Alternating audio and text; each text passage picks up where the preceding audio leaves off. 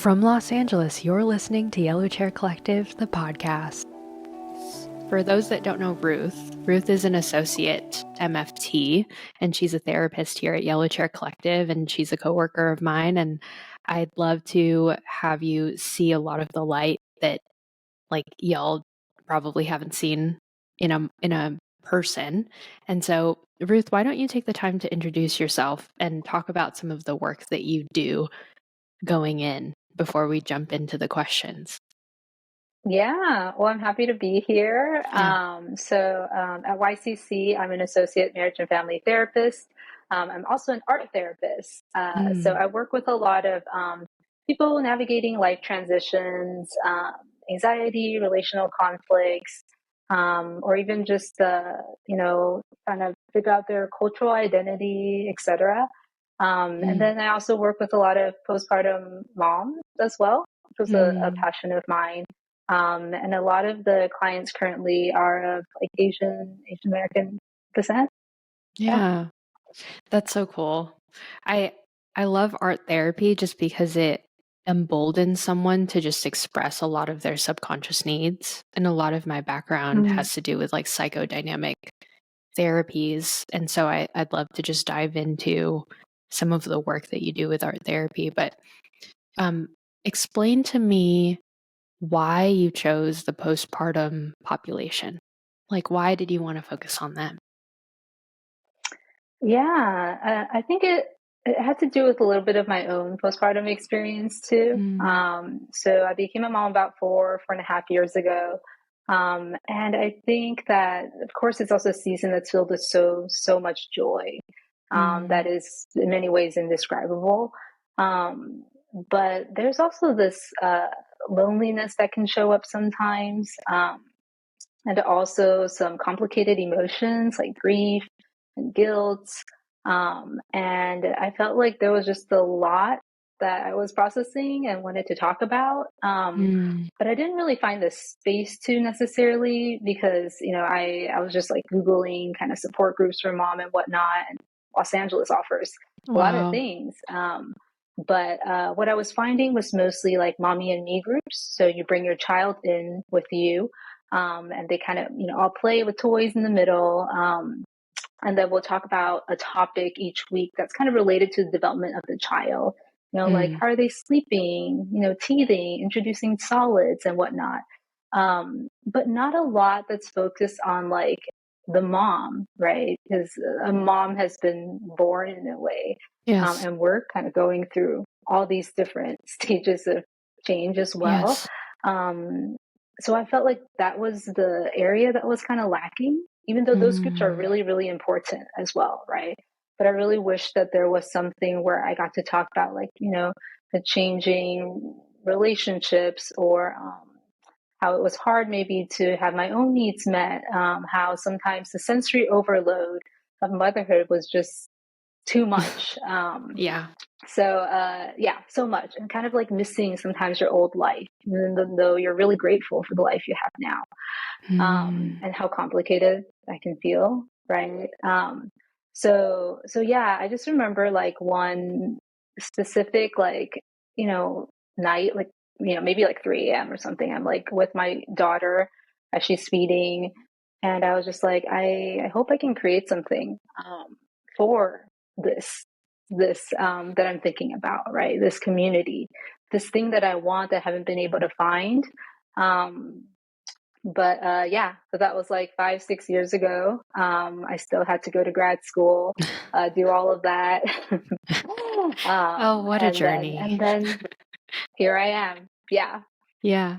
Well, I want to just say that the topic that we both discussed that we're going to be talking about today has a lot to do with motherhood and the support that Yellow Chair provides for young moms, moms of all different shapes and sizes. But I'd love to just kind of let people get to know Ruth first before we dive into the curriculum of like the postpartum moms group. Walk me through the last 5 years. So you have your daughter 5 years ago. You start to have these ideas, but you said something really important there where you said, I had to go through grad school. I had to go through all of those stages in order to get to where I am now as an art therapist and a marriage and family Mm-hmm. therapist. So what was the genesis of wanting to go back to school? What were you doing before? Like, what was the impetus to follow this dream? Yeah. So while I was pregnant, I was already in the process of wanting to apply to uh, grad school for marriage and family therapy with a specialization in art therapy, right? Yeah. But the process was going to be long for me because I was of a different career background. I was a journalism major in undergrad, and then Whoa. I did a lot of odd jobs and some creative jobs as well. But I was always kind of ambitious to kind of learn and grow, even though I didn't exactly know where I was going to pour all my energy into. Right? Like, it's kind of like Yeah. I was always seeking, like, where can I use my gifts well? Where can I, really find my place? But I was always taking action in some way. But anyway, so I think how I learned about art therapy was I said yes to kind of leading this like workshop. Like, I think it was a workshop for women who wanted to learn like some hand lettering or like drawing flowers or something. And it was going to be really simple, but I felt like I want to share my story for some reason, like a little bit of my story with art, and why I even started to do like hand lettering and drawing and all that. And I did. I just shared a little bit about how I lived abroad for a bit, and that move was really big for me. I used a lot of art and journaling to kind of help me process, and it was healing for me. And so I just always hope to provide a space to encourage others to kind of find their own healing or feeling more grounded also in art and creativity. Um, so after that workshop, an art therapist came up to me and was just like, "Hey, I'm an art therapist, and I just really loved what you shared in your story." And that was when I started to learn about what art therapy was. Wow. I did a lot of research and found out that there was a master's program that was marriage and family therapy with a specialization in art therapy. So that planted a seed in me, but I needed to have like 18 units of psychology courses done. I needed like 12 units of art. It's either that or vice versa. 12 units of art, studio art classes. I need to take the GREs. I need to write like a 15-page bio. It Wow. was a lot. It was like a whole process. And so I was starting from like nothing. Maybe I had like 1 or 2 units of psychology from undergrad, and like one photography class, but that was nothing. So I Wow. enrolled. Yeah. I'll condense the story a bit, but like, so I enrolled in like a Please community don't. Like, I love college. stuff like this. Oh, good. Yeah. Yeah. I enrolled in community college, and then I was pregnant. So I always tell people like I was like in a jewelry class, pregnant, super nauseous, could barely eat like one bite of a cracker and like a tiny grape, and was just like sawing my jewelry. Um, but Oh yeah, but man. I was like, yeah, there was something in me that really wanted to do this. So I kept at it, completed my courses, did the GREs, wrote that bio, got accepted. And then my before my daughter was born, actually, I decided to defer a year so that I could spend a year with her. And then, yeah, when she was about 15 months, so a little bit over a year old, I started this journey into the MFT art therapy world through Zoom in the pandemic. Wow. Yeah, that That's was 2020. crazy. Can I ask you specific questions about your journey? Because yours is extremely Hmm. unconventional. I went to grad school. I think I knew maybe 3 parents in my program. I went to the CSUN MSW program. And Mm. like most people that go to grad school, their mission is pretty one track minded. I'm going because I want to do this, and this is my goal, and I'm going to make it happen. But yours, I want to just say, is extremely selfless because you want to make space for community and other moms to be able to have like a voice and a community.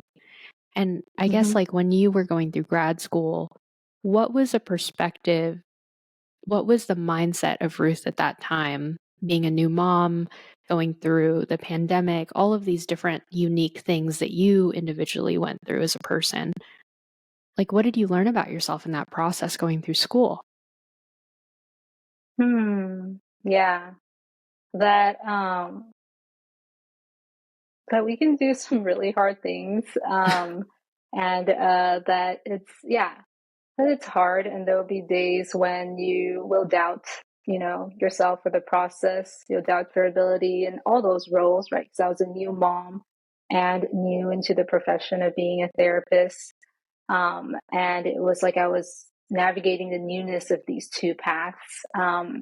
Yeah. And there's a lot of questions. There's a lot of sleep deprivation. There's a lot of things that are out of your control, right? Like there's a lot of things that my daughter's going through different developmental stages, like Yes. constantly during those 3 years of grad school, and having to just pivot, and show up as best that I can, just accept what is, grieve some things that I won't be able to have, right? There's just some things that's like, okay, right now I have to focus on this. And it will be a little bit tougher, but it's only for a season and it may not be forever, something like that. But yeah, I think that throughout my grad program, I also, because it was so real to me, like the life of momming, and navigating all those emotions and reality. Yeah. I yeah, even through like assignments, like research and whatnot, like even like mock things that you would create. I always kept kind of like the postpartum community in mind, maternal mental health. I would research like what is available right now for moms, and yeah, what has worked in the past, what seems to be working, how can art therapy play a role? Um, yeah, like in my group therapy class, I did like a mock, like leading of a group for postpartum moms, using art. And I was kind of like the leader of the group. And yeah, I eventually got to bring that to life, like here at Whoa. YCC and at Entwine. And That is yeah, so that was cool. right. Yeah, I was so Congratulations. You did grateful. that. You did that. Oh, thank you. Thank Yeah. you. Yeah. Well, I'm so grateful also for just like the doors that opened and allowed me to do it. Right. Because Right. I did some of my training ship in Twine Community. Which is owned by So for Yellow those Chair who don't Collective, know, listener. yes. For those who don't know, it's the nonprofit that is created by the same directors of YCC, providing more affordable mental health care for the Asian American community. So when I was training there, completing my last year of grad school, I proposed that to Sujin and Linda, and they allowed me the opportunity to do it. And yeah, it was wonderful. It was a wonderful group of moms who showed up so vulnerably, and showed up for each other too, and talked about things like intergenerational patterns, guilt, shame, grief, expectations versus reality. And also we created art in the group as well. So each week we would have a theme. And then I would also invite them to an art prompt if they wanted to, which they don't have to. That could support their reflection, and just for them to have some time to make something, right? Because in their Yeah. day, they kept saying that they didn't have time for themselves. So yeah, so I got to bring that to life first at Entwine and then at YCC this past fall. That's so cool. I actually remember you as an intern. I remember attending a training that was run by Entwine, and the first thing that I noticed was like I knew immediately that you were an artist because everything in your background was specifically curated, like the color in your wall on your wall, like the plants, Oh, thank the you. way that you were dressing, the way that you carry yourself. And I think that as an artist, I feel like other artists know other artists depending on like how they're showing up. And like I've noticed that the common denominator with a lot of artists is they curate their space. Like their space is very holy to them. And I just noticed Yes. that there's a simplicity to the way that you run things. And there's also a specificity to how you communicate things as well. Like even the way that we planned this podcast interview together, it was extremely intentional. And I think that it was important for you to also be a collaborator in this. And I think that this is a perfect segue into just the introduction into the postpartum mom group, because there's a heart behind the why you do this. Like you were an intern, you weren't getting paid to do any of this. But you wanted to do it anyway. And so like, talk to me about the curriculum. Why was it important to structure it? Because I'm looking at my notes right now. Like the first week is culture identity, the second week is expectations and reality, and then you go into the body, the relationship, the intergenerational patterns. Like speak to me about why it was important for you to structure it in this way. Yes. So it was intentional for the first like week for moms to be able to share just kind of an intro, like what cultural background, are you from? Tell me about how would you describe your identity as a mom right now? Or how has it changed from before? So the group was, catered towards people who identify as Asian. So a lot of times they would talk about specifically just where they were born, but what culture they kind of grew up in, just kind of what being Asian American may mean as well. And then also how that influences their role as a mother and things that they think about or that they struggle with. But a very just kind of a simple intro in the beginning and allowing them to just make art. It was kind of like a free drawing. Um, and then we moved into like expectations versus reality so that they kind of feel less alone. Like, oh, okay, like we're all feeling that, right? Like we had this idea maybe through the media or what we've learned from our mom or grandmothers, what motherhood was like. But the reality is, oh my gosh, it's so hard. And yeah, and then as the group is starting to build trust with one another, seeing that hey, we can show up vulnerably, and that other moms also understand and may not judge me. Then we go into talking about like body, like how your body may have shifted since pregnancy, birth, postpartum, and also relationships, and then intergenerational patterns that you may see within your family that you want to break. Like a lot of moms are showing up wanting to be the first one that breaks the cycle of, maybe, for some it's like corporal punishment, or like I want to be able to start naming my emotions and doing repair work that was never done, growing up. Wow. Yeah, and that one is always very yeah, I love that week too, because it's a lot of like we want to honor our culture. We want to honor who our parents were and how hard my mom, grandmother worked to raise us. But we also want to name some of the pain, right? And also kind of hold ourselves accountable to not repeat some of the things that may have caused us pain with our children. So yeah, so making space for some of the general things about motherhood, but also some things that are very specific that people really can relate to. It's like sometimes the more specific you are, the more people can also relate. It's like yeah, it's like Isn't that specific funny? and also universal. Yeah, the specific is the universal. I noticed. Like the more specific you get about who you are, the more people go, "Oh, there I am," in your experience. Yes. Yeah. Yeah, I love that. Just like in music, in films, it's like it's not exactly my story, but man, I get that feeling. They nailed that emotion. Yeah. Yeah. there's my favorite story about this is there's a band in England called Glass Animals. I don't know if you've heard of them.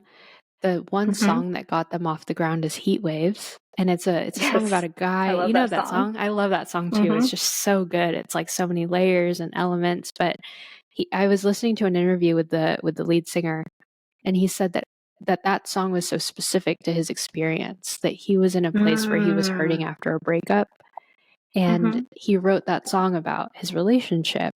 And that was a song that blew up, not a song that he was Yeah. trying to cater to other people, but just about him. And Yes. I kind of want to be intentional about the listener right now and start to ask specific questions about what you just said, because you mentioned two things. You said repair and intergenerational trauma that has been unhealed. So I know Mm. that there's probably a couple of listeners who want to get there, who want to repair their intergenerational trauma, who want to be intentional about self-awareness. What elements do you think allow the proper and healthy fertilization for that healing to take place? Hmm. Yeah, it's all a process, Yeah. and it really depends on, each person that comes in. Because yeah, I always allow time for just somebody to be able to share their story. Because even if like, three people come in wanting to talk about intergenerational patterns, it can look very different and it could have affected them very differently. So even if they saw certain patterns of anxiety within their family, that person, absorbed it a certain way, or they're seeing it show up in a certain way, it may differ Mm, from the other. Um, so maybe just always starting first with just being curious about their story, allowing them to speak their story, have a space for um, for them to also almost like own and accept their story, mhm, not in a passive way, but also an active way, which is like we named our story. It is kind of what happened, right? But right mm, now, in this present moment, um, what can I do? Like as an individual, to not get stuck there, right? To not um, yeah, to not get stuck by the effects of it in a way where I will also take actions that will hurt, my child or my partner or my friends. So I mm, think there's a layer of like honesty and vulnerability that needs to kind of show up like in the yeah, therapeutic space.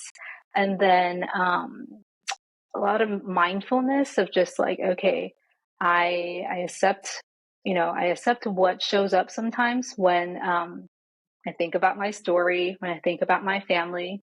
I notice that's happening, but also what can I do now? What can I do mm, differently?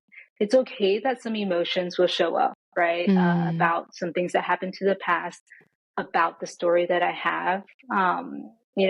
It's okay that those mhm, emotions show up, but how do you want to choose to act when those emotions show up, right? And not just yeah, react.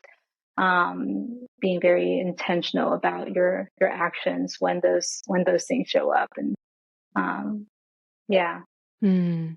Yeah, so I heard you say a couple of things where the foundation Hmm. is showing up in a therapeutic space if you're intentional about the healing process. Number Hmm. two in that layer is honesty and vulnerability around your experience. And number three, a deep need for self reflection, coupled with that honesty and vulnerability. And number four is just being able to know that what you've been through is not a diagnosis and it's not a pathology. It's just Hmm. it's kind Yeah. of what I heard you say, and please correct me if I'm wrong, is that might be your nature, but it's not your nurture, where you can nurture a different future for yourself. Did I get that right? Hmm. Yeah, and yeah, there's so much that you like you have control of like what the present moment and the actions you choose to take now, even though in the past there were a lot of things you couldn't control, right? You couldn't Yeah. control the family you were born into and the traumas that, maybe your parents went through, grandparents went through. And you couldn't even control maybe how your body responded to those things, right? Responded in that environment. But right now, like, we do have the right now, right? Like, you are naming that it hurt. You're naming that there was pain, but you don't have to stay within that suffering, right? You can experience pain, but not have to suffer. And you also don't have to pass on that suffering to others. So just being really aware of like where you can take action for change. And I also want to add the self-compassion component, yes, which is very, very important through this process. And I know that it's very, very hard for a lot of clients, and of course also for myself. Just knowing that, like, we did what we could with what we knew at a certain time too. We coped the way that we could. And the process is hard. If you're one of the first ones to break an intergenerational pattern in your family, that's hard. Yes, girl. It's hard, so hard work. Right? Yeah. Yes. Like, you can learn the tools, you can be in therapy weekly, practice with your friends, but somehow when you show up with your family, everything, you might just revert back sometimes to being child itself, or it's just really hard because you can't control how people respond, even when you practice, skills of like, these are my feelings, these are my needs, these are my boundaries. People may respond negatively. But yeah, there's this level of like self-compassion that you have to practice. And also just doing what you believe is just according to your values too, even if other people may not be on the same page as you, and may respond defensively, etc. Yeah, I agree with that. I'm going to use myself as a guinea pig. I started going to therapy when I think it was like my first year of college. I was dating a guy that encouraged me to go to therapy. Not in a mean way, just in a very, like, I'm going here. I was like, oh, that's interesting. I'll try it. And I went, and it's been an entire journey of just learning how to work with something that doesn't meet my expectations. And I think that all of life is like that. I didn't choose to be born in this situation. I didn't choose this intergenerational trauma, but I now have choice given my awareness. And so how am I willing to work around that? And I kind of want to sit with this for a little bit, because a lot of the topics that you're talking about have to do with mindfulness-based practices, Ruth, where for someone that's not aware, talk to me about what mindfulness is and how self-compassion plays a role for someone that is intentional about their healing. How does that benefit them? Yeah, there's so much out there now about mindfulness, right? Yes. It can be a little confusing. Yes. I like to use this kind of simple way of thinking also to help myself, but to be open and curious about what is showing up for you. So, for example, like, you notice that your body is feeling really heightened at this moment when you are around this person. You notice that, like, anger is showing up here, or sadness is showing up here. What's going on, right? So being open and curious to the emotion that's showing up for you. So taking a little bit of a pause there, and then also assessing what may I be needing, right? So the feeling is showing up, but then also moving to the next step of like, well, what may I be needing? This feeling is kind of signaling something to me.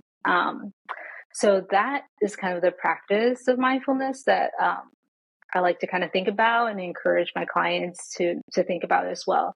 It's just, okay, I'm going to be curious about what is showing up in this moment. Why is it showing up? Dig a little deeper. And then what may I be needing in this moment? Am I feeling angry because I feel a little disrespected? I think what I need is respect from this person. Yes. Am I feeling like tight and, I don't know, jittery, because I don't feel safe? Like, what I need is safety, a feeling of safety, and I'm not receiving it in this space or with this person. Um, so I think mindfulness is a really important, almost like first step to a lot of things and a lot of kind of the healing process for a lot of clients. I've noticed that, like, because for so long, they've had a learned belief, either through their family, society, culture, whatever it is, that either feelings don't matter, like there's no space for them, it's weakness, or that, yeah, you just can't have these big emotions. Like anger is not good. Don't be sad, right? There's only like a couple acceptable emotions. Yes. And right? Yeah. So, yeah, so it's mindfulness is learning now, like, okay, uh, a feeling is showing up, an emotion is showing up. That's okay, right? I'm going to be curious about what's going on. I'm going to assess what I may be needing in this moment and maybe why my body is signaling something to me. So, yeah, that's kind of a mindfulness. That's really good. That's really good because it's all about not believing every thought, but being curious about every thought. And I Yep. think that Yeah. I don't know, it's so much easier now. This is my theory about the way that culture is moving. It's so much easier to run with a thought than to sit with a thought because you Mm-hmm. can buy something on Amazon in 2 seconds. We can pump gas in our car in a matter of minutes. There's never any time to just slow down, and it's so easy to pack our schedules with noise. And I think mindfulness is just this ability to breathe through your experience and have a posture of Mm-hmm. non-judgment. Um, Yeah. yeah, Yeah. this is so good. Being present.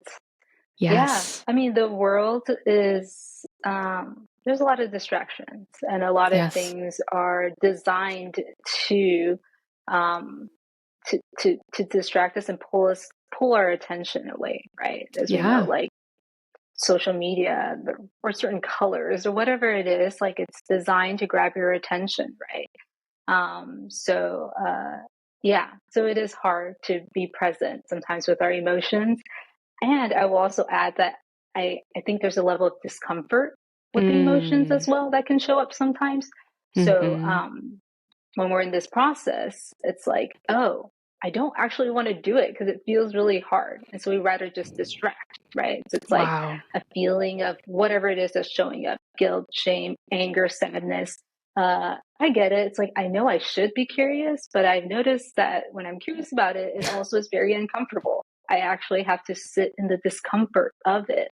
And that's where I also talk to clients about the practice of building tolerance for all these emotions that may Mm. show up, building tolerance for sometimes thoughts that may show up. Um, and yeah, building tolerance in the sense that it's like sometimes you don't have to believe every thought that shows up, right? And sometimes an emotion, you have to sit with it a little bit longer to be curious with it. Can you just stretch the time a little bit more, right? Instead of Mm. going quickly to your distraction, I sit like with it that. just a little bit longer, building that tolerance for it, and then still taking action, right? So you're not just sitting there Mm. with the emotion. It's not Mm. passive. And yeah, so I definitely wanted to add that too, because I I love know it. it's hard. I'm not saying that mindfulness is easy, that just feeling your emotions is, Nope. just straight towards healing. Yeah. It's hard. It's called practice for a reason, right? Like it takes Yes. continuous deliberate decisions to be there with yourself. But I love that piece that you mentioned that can you stretch it for a little while Mm-hmm. longer? And Mm-hmm. I think that that is such a gentle way of receiving that, I guess, point of growth for a lot of people. That if you struggle with sitting with your anger instead of acting on the anger, or acting on the stress rather than sitting on the stress, can you stretch it for Mm-hmm. 30 more seconds? Okay, how about 30 Mm-hmm. more seconds? Just be present with Mm-hmm. yourself in that. And I think this is a perfect segue into your work as a play therapist because a lot of Art therapist. art therapists, I'm so sorry. No, you're um, good. You're good. yeah. So I kind of want to go into something that you shared with me last time we talked. You said a lot of people struggle with letting fun be fun for fun's sake. And it like stuck with Mm-hmm. me because it It was so beautifully said. Can you talk to me about like the 3 things that people struggle with about having fun and like the presence piece that goes into that as well?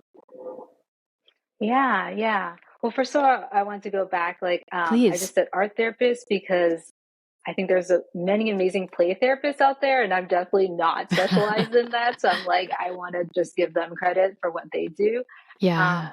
Love it. Yeah, but going back to your question, Yeah. um, yeah, I think a lot of. Did you ask in terms of like moms or just you know young people in general? I'd love to go into moms specifically, and then if you want to make hmm it about what you see in populations you work with that aren't moms, please feel free. Like there's flexibility in that. Yeah, yeah. Let's start there. Yeah, with moms, um, I think I'll talk about it like in the context of like play and creativity, Yeah. why they kind of struggle with the maybe some of that like guilt. So, Yeah. yeah, I think three things that kind of like three roadblocks to that I've noticed is like guilt, and I may not have the time. And Mm. then even if they navigate those two things, okay, it's like I navigate the guilt, the time. I don't know what to do too. I don't know how Mm. to do this.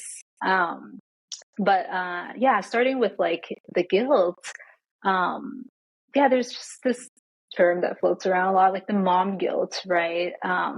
And it keeps a lot of moms stuck, unable to give themselves the time and space to do things that they either once enjoyed or they hold a lot of the guilt kind of leads to shame about being a bad mom, right? Mm. The guilt is usually an emotion that signals like, oh, you may have done something that doesn't align with your morals, right? Mm-hmm. But I've seen a lot of people kind of carry that emotion to a point where they carry a lot of shame about identity. Like, oh, I did this. Like, maybe I fed my kids chicken nuggets for 3 days in a row, and now I am a bad mom, right? Like I did Wow. something bad, and now I'm a bad mom. I shouldn't do this. Like I don't know Mm-hmm. who gave me, the just the permission to raise a human being. I Oh, can't do this, right? So just kind of like some guilt and shame that is carried yeah. often, and so then it's like, well, I got to keep working. Wow. I can't rest. And I kind of explore that guilt with clients a lot, right? So if the guilt is signaling that should be signaling that you're doing something wrong, or maybe that doesn't align with your values, or just align with like your morals, for example. What is it not aligning with then here?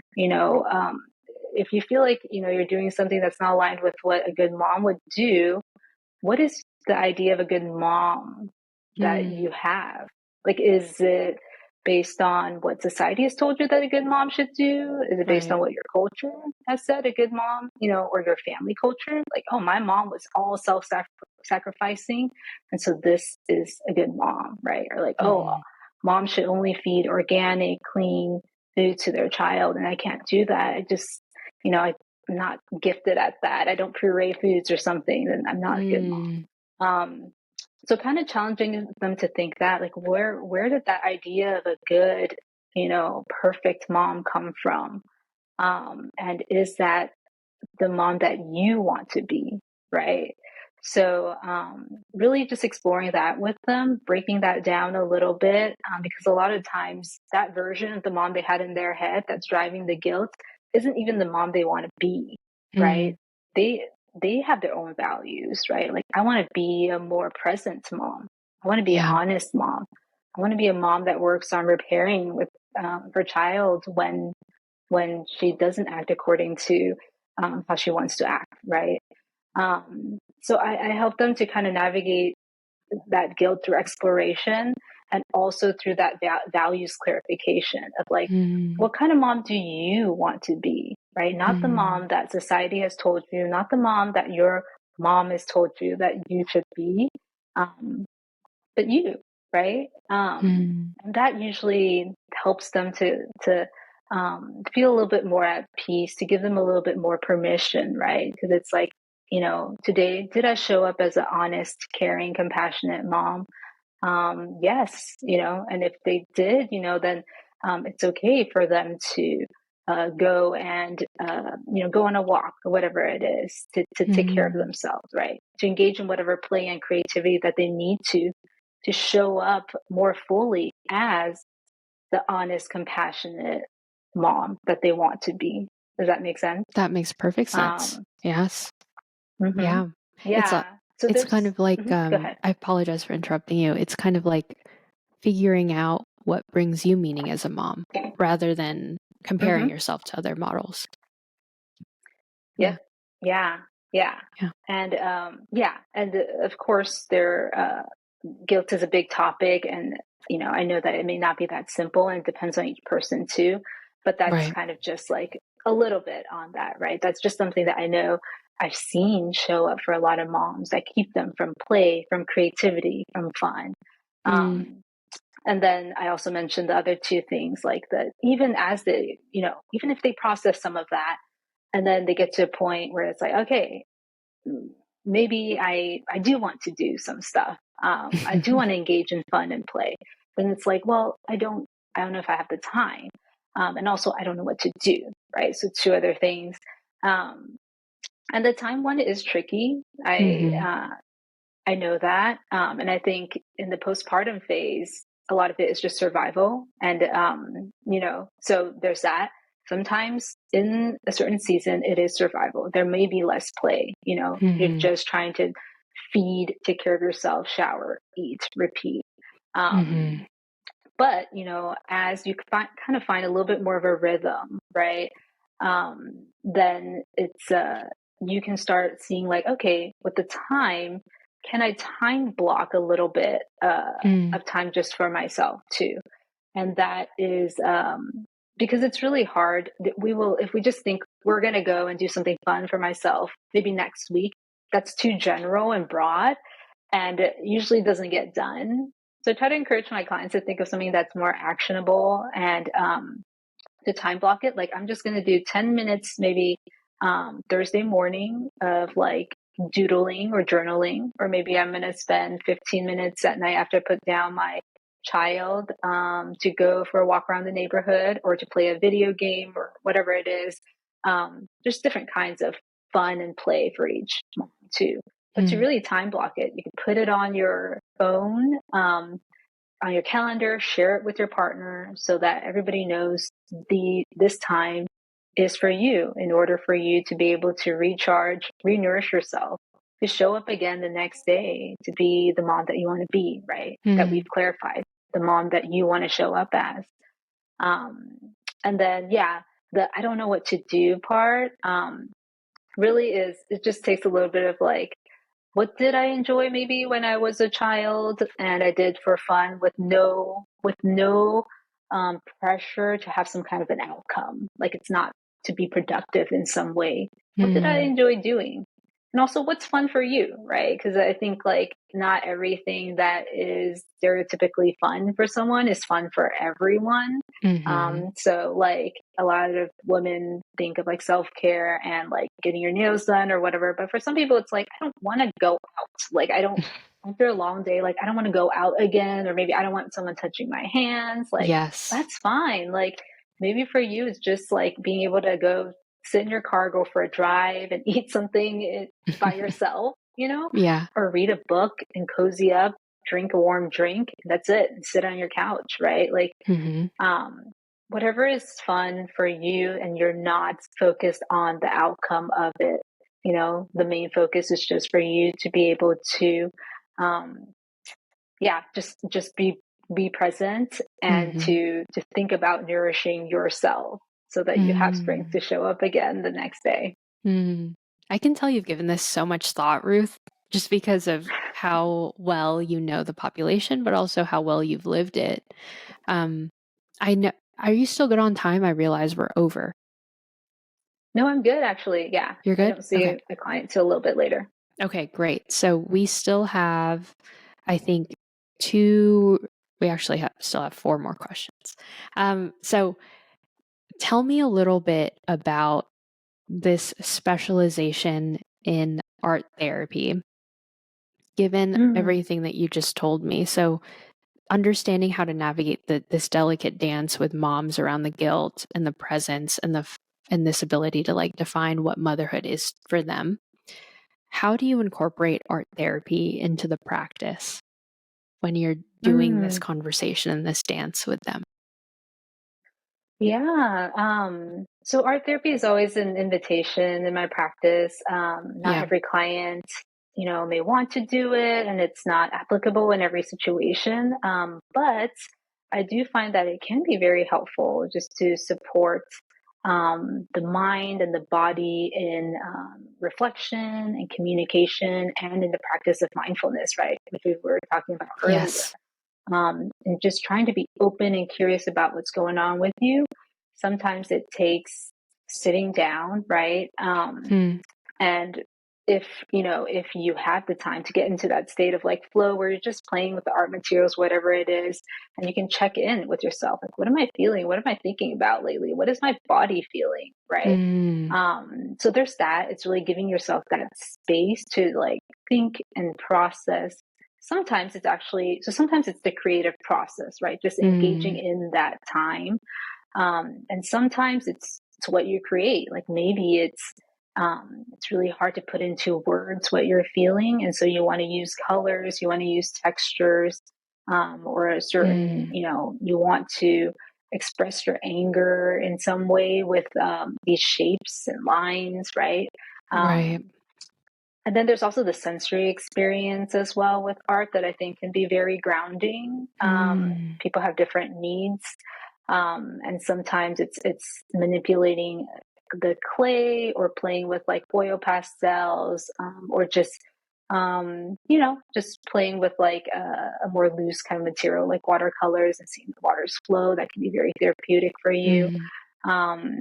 So I think that art can support that process of practicing mindfulness, of trying to communicate some of your emotions. So that emotional expression part. Um, yeah, and sometimes reflection.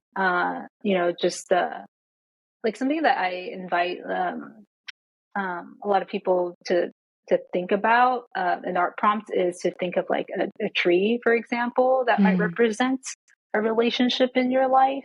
To think about the season that the tree is in. Is it bearing fruits? What are the roots like? Is it just a stump? Mm. What does the tree need in this season?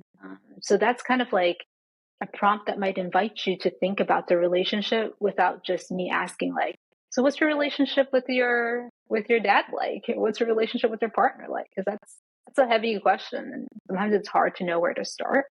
So sometimes even the prompt like that can help someone in just knowing where to start, how to describe something. And it's interesting sometimes what shows up for people in their art. Mm. For some reason, I have this image of me in fifth grade. We had an art teacher, and she had us draw a tree. Actually, funny enough, she Mm-hmm. she might have had a background in art therapy as well. But I think that there was something so grounding about what started to come out of me, and we started using pastels as well, and just like letting ourselves Wow. go. Uh huh.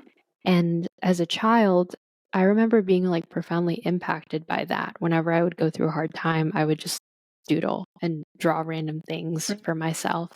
And Yes. it reminds me a lot of your story actually, where you talk about like looking out the window and drawing on your Mm-hmm. journal. And like Mm-hmm. I want to be respectful of your time and wrap this up a little bit because the last two questions are just about your experience about being a third culture kid and how you hold space for yourself.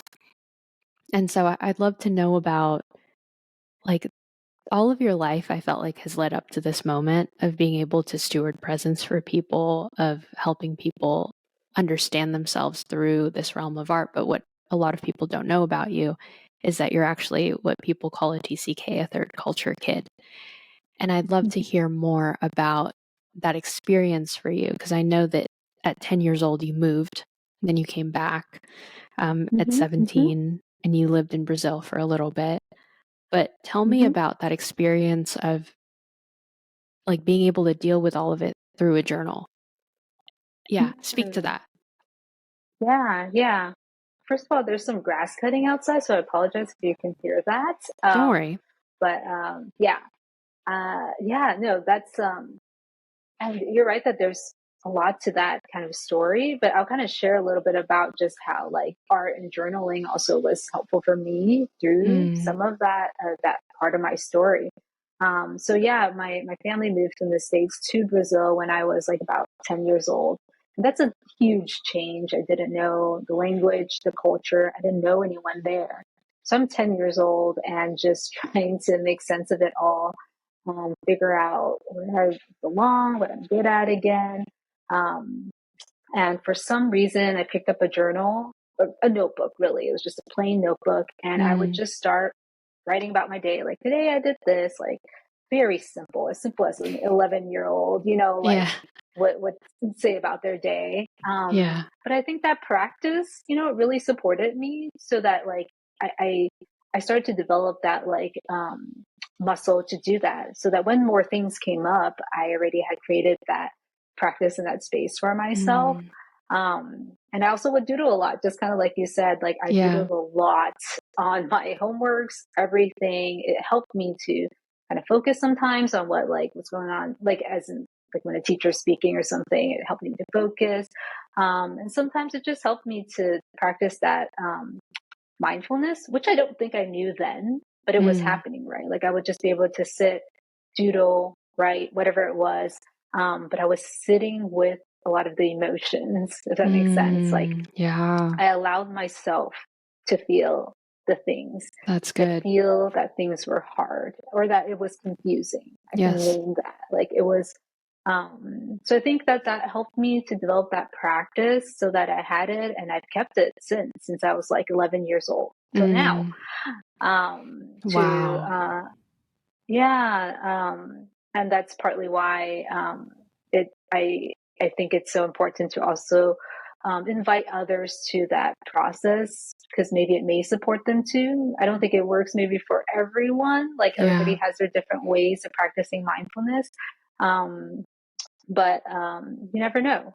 But yeah, so it was a hard time, a confusing time, and also confusing when about when I was 17, 18, coming back to the States and then trying to figure out my identity and where I belonged then too, right? Because I had lived for 7 years or so in Brazil.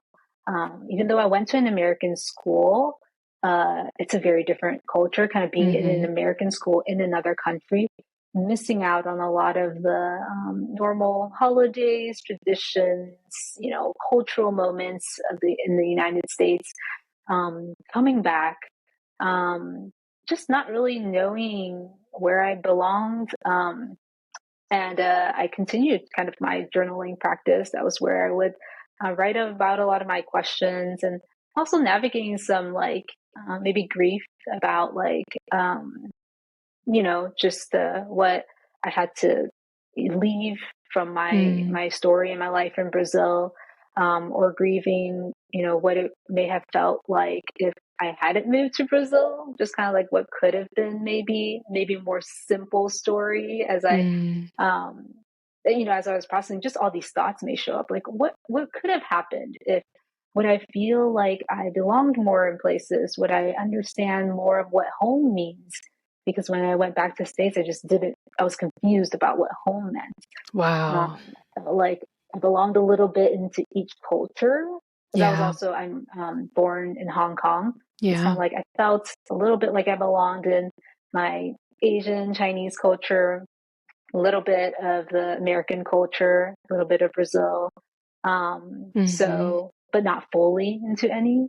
So there was that too. So kind of processing relate. That. Yeah. I do. I was born in the Philippines, was raised there until I was a month before my 6th birthday, immigrated to the United States, and I grew up in Los Angeles. And Los Angeles is a unique hot pot of Latinx culture. And so a lot of my classmates were Latinx, and my last name is Garcia. So a lot of people, I just blended in with everybody. And then I went to college in Orange County and everyone was white and didn't know where I fit and all of that. And I can relate to your experience because when I would visit the Philippines and see people, a part of me felt like home, but a part of me didn't feel like I belonged as well.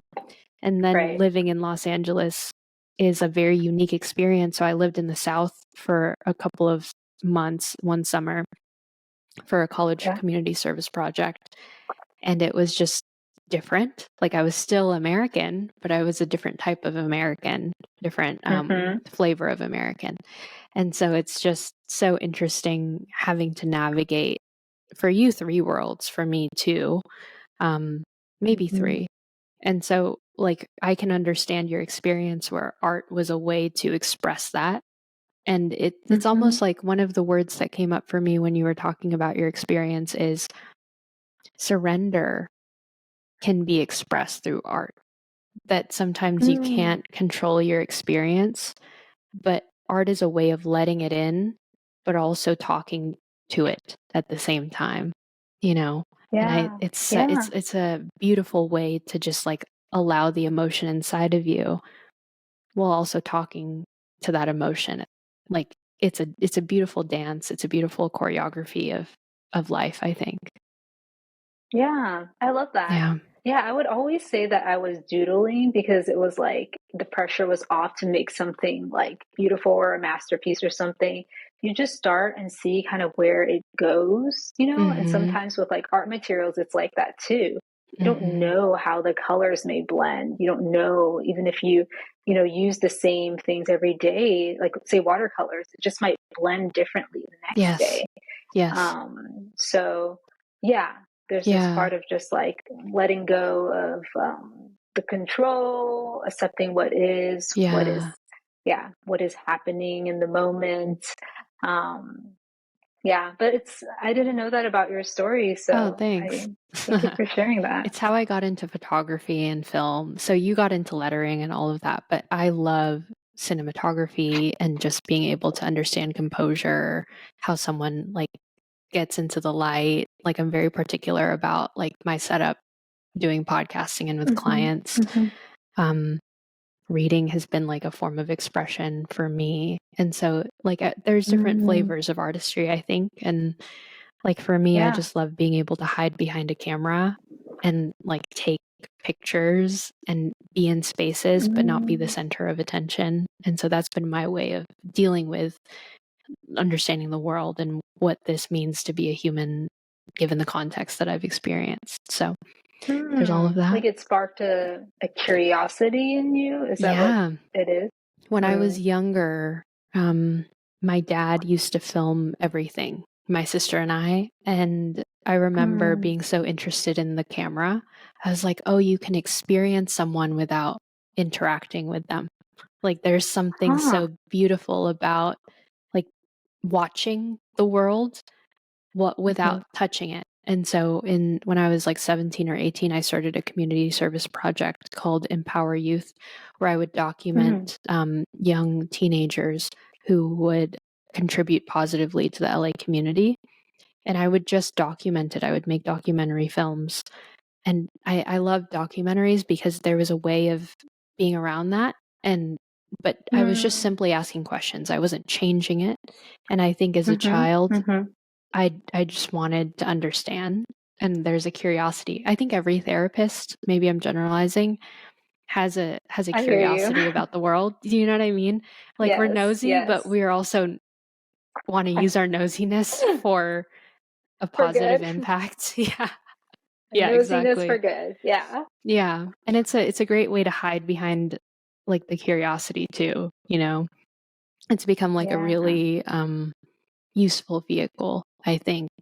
But sometimes when I'm not doing therapy, I just love to like snap photos and, make videos and all of that. So it's been my way Oh, of I love dealing with the that. world. Yeah. Yeah. Please show me some of your work too. Oh, thank I you. would love to see that. Thank But you. yeah, I think I really connect with you on that part too, like the curiosity. Yeah.